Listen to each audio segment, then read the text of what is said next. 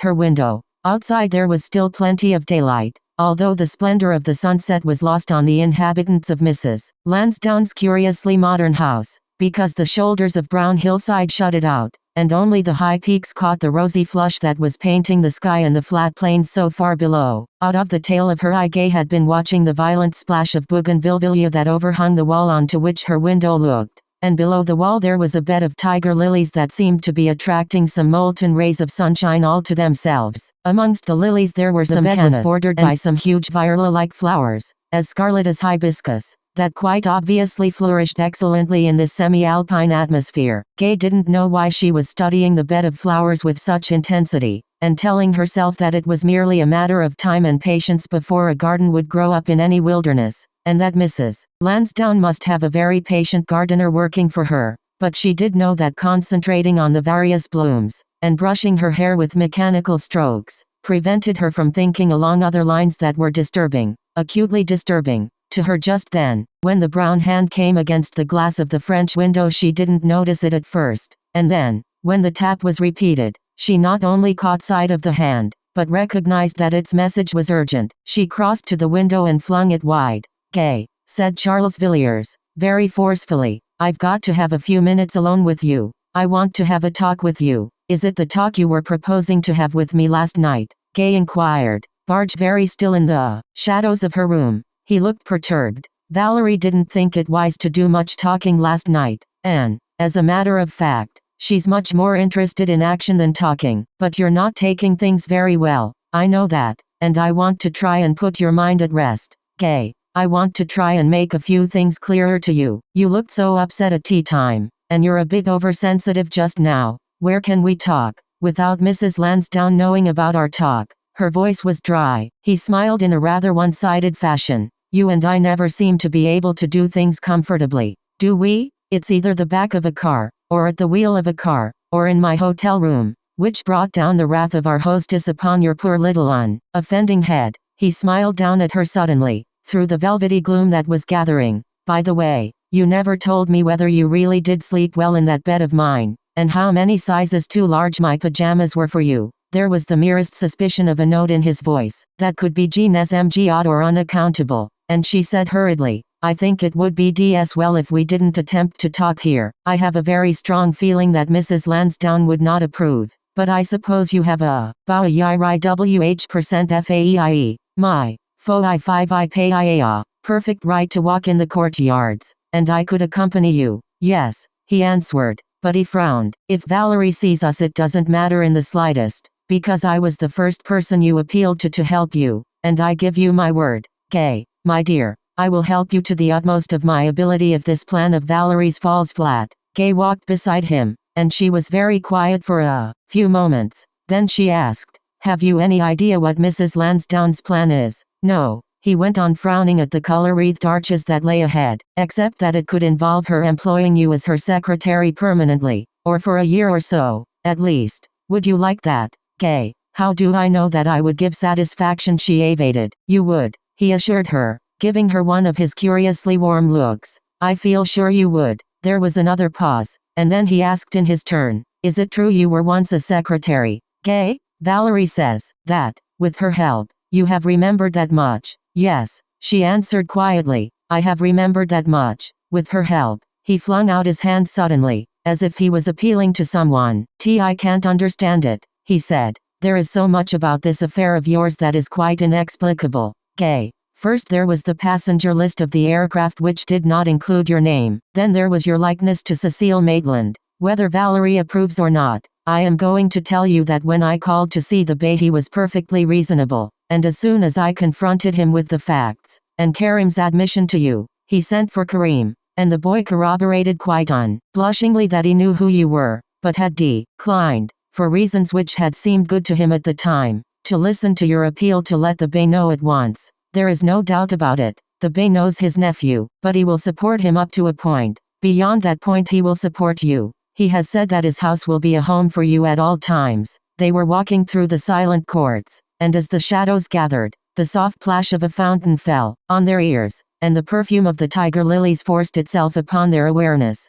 Gay asked, "In that case, wouldn't it be better for me to go back to the Bey's house?" I would rather trouble him than Mrs. Lansdowne. He came to a standstill in a corner where the shadows were like velvet, although there was a sparkle in the coolness of the night air. No, he said, very definitely, not while Karim is there, but Karim has admitted that I am who I am, and therefore there is no danger where he is concerned. His eyes dwelt upon her with so strange a look that, if she had met it, but it so happened that she did not trust herself to meet his eyes just then, and she was looking away, she might have wondered at the wisdom of continuing to discuss her own problems out there at that hour, where they might at any moment be wrapped in complete darkness, although she had the unmistakable sensation that eyes were watching them, and that they would continue to watch until they parted. Karim is by way of being a connoisseur of attractive females. Charles returned shortly, and it's hardly likely that he was afflicted with blindness when he first looked upon you. Gay turned away. A RCT Eros.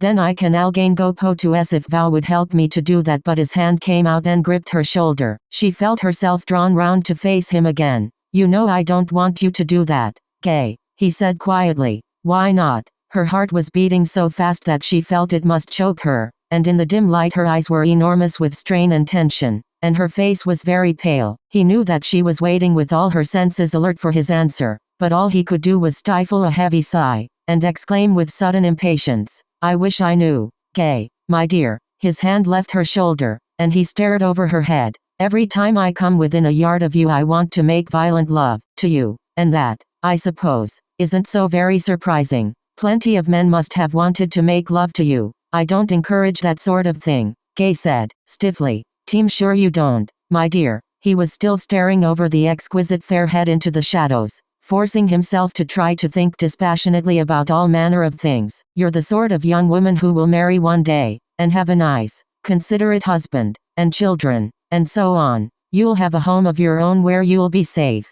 and the sort of thing that has happened to you over the past 6 months will never be able to happen to you again. At least, I hope not. She was silent. She used a delicate perfume which seemed to be stealing up into his brain. Gay, I'm not the sort of man who would ever make you a nice contented husband, and I sometimes wish you had picked upon anyone but me to help you that night of the base party. It wasn't very kind of fate to throw us together, because we were never Baila 700-520 meant to stay together. My life has nothing to do with the softer things, the things you need, and will always need. To imagine you against any background other than one of home life is impossible, and for me that sort of thing is just as impossible even to contemplate. I'll never settle down. I have a house in Devon which I haven't seen for 5 years, and it's the sort of house where you could be happy, but not me. Already I'm planning a fresh trip that will take me away out of Turkey and into a remote corner of the Sahara when I've got you off my hands, as soon as I feel that you're satisfactorily disposed of.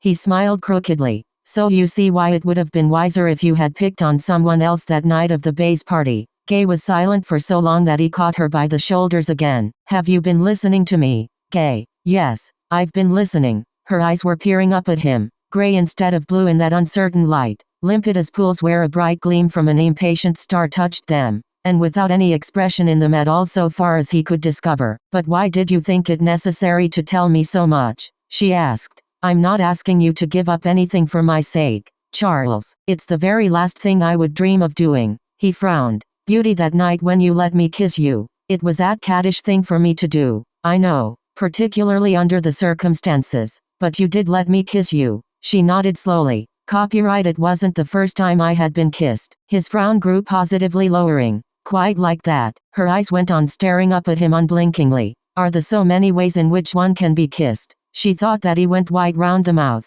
and then his fingers dug almost cruelly into her shoulders, and she felt his mouth deliberately bruising hers. Try this one, he muttered, when he lifted his lips for an instant, and his arms felt like unrelenting steel bands as he forced her slender body into the closest possible proximity with his own. And as they stood there with the velvet mantle of the night wrapping them about, they might have been one person instead of two. Then Gay sought to thrust him from her. She was being hurt, viciously ill-used by those savage arms, and her lips, and the soft skin of her face, felt suddenly on fire. It was even difficult to breathe, and the pain in her ribs was intense. Charles, she managed, and he let her go. Don't ever tell me you've been kissed like that before, he said, and his eyes were sullen, and his mouth ugly, because if you do, then he seemed to recollect himself and he laughed shortly. Forgive me, I've behaved like a cad for the second time. Only this time you probably think my conduct was worse. I told you that whenever I came within a yard of you I wanted to make violent love to you. And Nalver proved. It. You're a menace to me. Gay. She was trembling. She felt as if she had passed through a fire, and at the same time something inside her was sick and cold with a permanent hurt. But to her own surprise she managed to speak almost casually, almost compassionately. Poor Charles. Always surrounded by menaces. But this one will not make your life difficult for you. I promise you. And then she turned away and started to walk back through the courtyard. He followed her. She had the feeling that his pallor had left him, and that his skin was flushed a slight, angry red. I shouldn't have referred to you as a menace. I know that. But, so far as I know, there is no other menace in my life. No serious. That is. Do you know of one? She smiled industrial at him, oddly, under her gilt-tipped eyelashes. What a lot you and Mrs. Lansdowne have in common, haven't you? She murmured. At this moment I'm sure she's growing more and more vexed because we are out here in her walled-in courtyards. If I were alone she might turn the dogs loose. But since you are with me she won't do that. By the way, with seeming irrelevance, have you been formally introduced to the dogs? He was frowning heavily as he walked beside her. Don't be silly, Gay, he said. And then, with a note of urgency in his voice, please tell me what really upset you this afternoon. I was afraid, first of the dogs and then of the lions. Marie, like her mistress, thought it was very amusing. You mustn't misjudge Valerie, he said, with curious heaviness. She is honestly afraid of nothing, and her pourriage is of an order that would amaze you if you had seen her in some of the occult spots I've seen her in. She's a remarkable woman. Remarkable. DNDJ. Beautiful. Gay observed distinctly. Fanto yes. I suppose she is very beautiful. There was a kind of unwilling admiration in his voice, and the ADOEI 115 admiration strengthened as he went on. By no means. An ordinary sort of beauty. By no means. Gay agreed. Her second husband will be a very fortunate man. There was a brief pause, and then she inquired, is she accompanying you to your remote corner of the Sahara? She has hinted several times that you have joint plans. You must get me satisfactorily disposed of fairly soon, and then you will be able to get down to them. He was absolutely silent, but just as he seemed about to say something, or she sensed he was turning over something in his mind which he wanted said, and he was trying to put it into suitable words, a voice emerged from the shadows of the veranda before the lighted lounge of the house, and the same voice reproved with almost dulcet sweetness, if you want to cause Gay a chill, Charles, you are going the right way about it. You forget that we are a good many thousand feet up, and the temperature is not that of Istanbul, particularly at night, and I see that you haven't made any attempt to change for dinner yet, Gay. She seemed to be waiting, and Gay accepted the cue immediately. If you don't mind excusing me, I would prefer to have something in my room, Mrs. Lansdowne, she said quietly. I have a bit of a headache of course, my dear, say no more. The velvet black eyes looked at Charles. You, too, although you were in such a hurry for a bath, haven't changed, Charles. But never mind, we'll have dinner put back. She slipped a hand inside his arm. Come in and pour me a drink, and as Gay is going to bed we'll read through the notes she typed today. You shall help me. CAEAEAEFF41 Shaw. Pay, N, with the corrections, and tomorrow she can begin on the final script. Gay turned to slip away. Valerie's eyes followed her, but although there was a certain amount of approval in them, there was also frightening amount of cold enmity. That girl, Charles, she said to him, as soon as they were alone, is the type who could become a nuisance if you're not careful. Jay, know how devastatingly attractive you can be. She turned and looked up at him, and her eyes were suddenly languorous. But she's young, and hopelessly impressionable, I should say. You'll have to treat her with caution. The last words were uttered with great distinctness, and they followed Gay out of the room. Her lips tightened, but her eyes looked wounded as she fumbled in the darkness of a corridor. The house was singularly ill-lit apart from the main rooms at night, and found her own room. The following day Mrs. Lansdowne kept Gay busy in the study, and once again her lunch was brought to her on a tray. But in the evening Charles insisted that she dine with them, and possibly because it would have looked too obvious if she had tried to think up some excuse for Gay's remaining in her own room, the hostess had to second his insistence. But there was no pleasure in the meal for Gay, and she had the feeling all the time that the other woman looked upon her presence in the dining alcove as an intrusion. Full stop. The following morning she spent in the study, while the other two went riding. But in the afternoon Charles asserted himself once again. and got her included in a brief car outing to a dusty little place that was the nearest town to their mountain retreat. While they waited for Valerie to visit someone in the bazaar who was skilled in the art of reburnishing silver ornaments, Valerie had a collection of silver, most of it antique, that spilled over on her dressing table top, and even dangled on her wrists, and about her neck. In the evenings, when she wasn't wearing more valuable jewelry, Charles tried to talk to Gay, seated in the back of the car as usual. He thought she looked remote and curiously indifferent, and she also looked as if she had been worked rather hard for the last few days. "'Tis absurd," he said almost harshly, shutting yourself up like a recluse. "Valerie doesn't expect you to work as hard as that, and, in any case, you're not being paid for the job, so far as I know." "TM being kept," she replied, in a cool, controlled voice. "Rubbish. You're behaving like a full-time secretary, and from all I hear, you're pretty good at that." Valerie doesn't often give praise, but she admits you're on top of the job. "PM very pleased to hear that," she returned primly. "It's practice working for Mrs. Lansdowne, and after my months of idleness I badly need practice.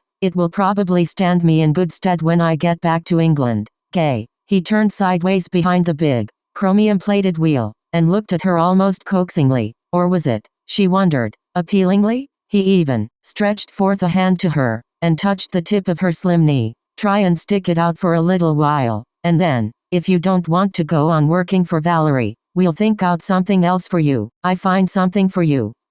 He broke off, and she looked at him with quiet eyes. Was he recalling, she wondered, that while they were still in his hotel room, and Valerie had hinted that the Bey might take exception to her spending the night there, and look for someone to marry her quickly, he had even stated that if anyone had to be picked upon to save Gay's reputation he was the obvious one? Was he still willing equals if it came absolutely necessary, to make a supreme sacrifice and provide for her future in a very simple fashion? She wished she felt detached enough to tell him, with a cold cutting edge to her voice, that in no circumstances would she accept that sacrifice from him. His freedom, and his future, and all his plans, were safe as far as she was concerned. She would find a way out for herself. BF File 119B, IFF, Gay, please, we haven't much time, and I want to say something to you, something that it's important you should remember. But as his brown hand moved towards her again, as if in spite of everything he couldn't resist the opportunity to touch her,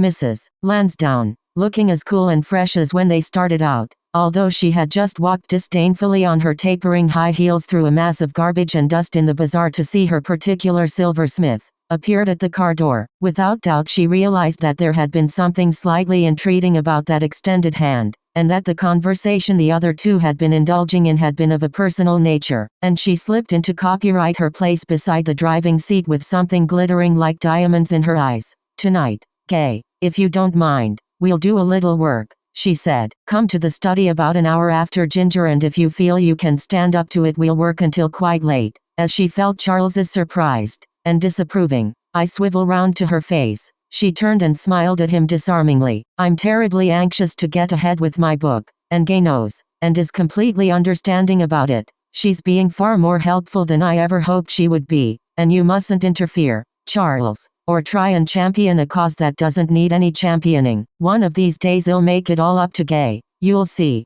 But neither the promise, nor the little bit of flattery, had any real effect on Gay, and the thought of working until late that night didn't perturb her either. She knew she would much rather be working, sitting at a typewriter and transcribing notes that were at least interesting, and full of almost pagan color, than shut up in her own lonely room, with her own lonely thoughts to keep her company. She had dinner with the other two, and then retired to her room to give them an opportunity to be alone together and sip their after-dinner coffee and liqueurs in comfort. Mrs. Lansdowne had said that she would join her in the study in half an hour, and she devoted the interval to nervously polishing her nails, and finally making certain that her appearance was absolutely correct before entering the study in the capacity of one who was going to work there. To this end, she had not changed for dinner, but still wore her neat little linen dress, and because the evenings were cool she slipped into a chunky cardigan. These various preparations took rather longer than she had anticipated, and when she arrived at the study door at last she could hear voices emerging from inside the room. There was Valerie's voice, and Charles's.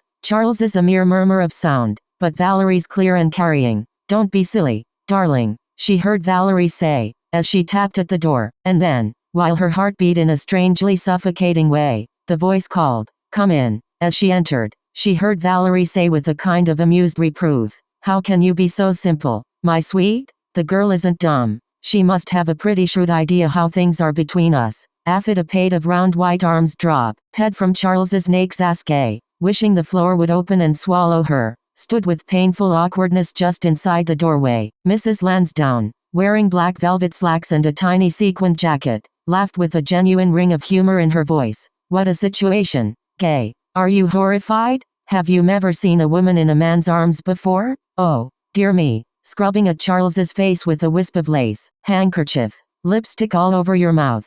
Darling, that would give you away if nothing else did." Gay felt an actual sensation of sickness inside her. In fact, she never remembered experiencing such a sensation of nausea before, but her legs carried her to the desk, and somehow she avoided looking at Charles. He was noteworthily silent, and as she removed the cover from the typewriter she knew that he moved to the door. As she finally got the cover off the typewriter, Mrs. Lansdowne placed a compassionate hand on her shoulder. "Was it a shock?" she demanded softly, as Charles's footsteps echoed along the corridor. "I was afraid it would be, because you were all set to fall for him pretty badly, weren't you? In spite of my warnings. But let this be a lesson to you, my dear. In future, pick someone from your own age group, not a man of the world like Charles. Did you honestly think he would fall for that colorless little face of yours, and that flaxen hair? Not unless the colorless face conceals a great deal more than I imagine it conceals. Aft. In any case, you've had your proof. Now,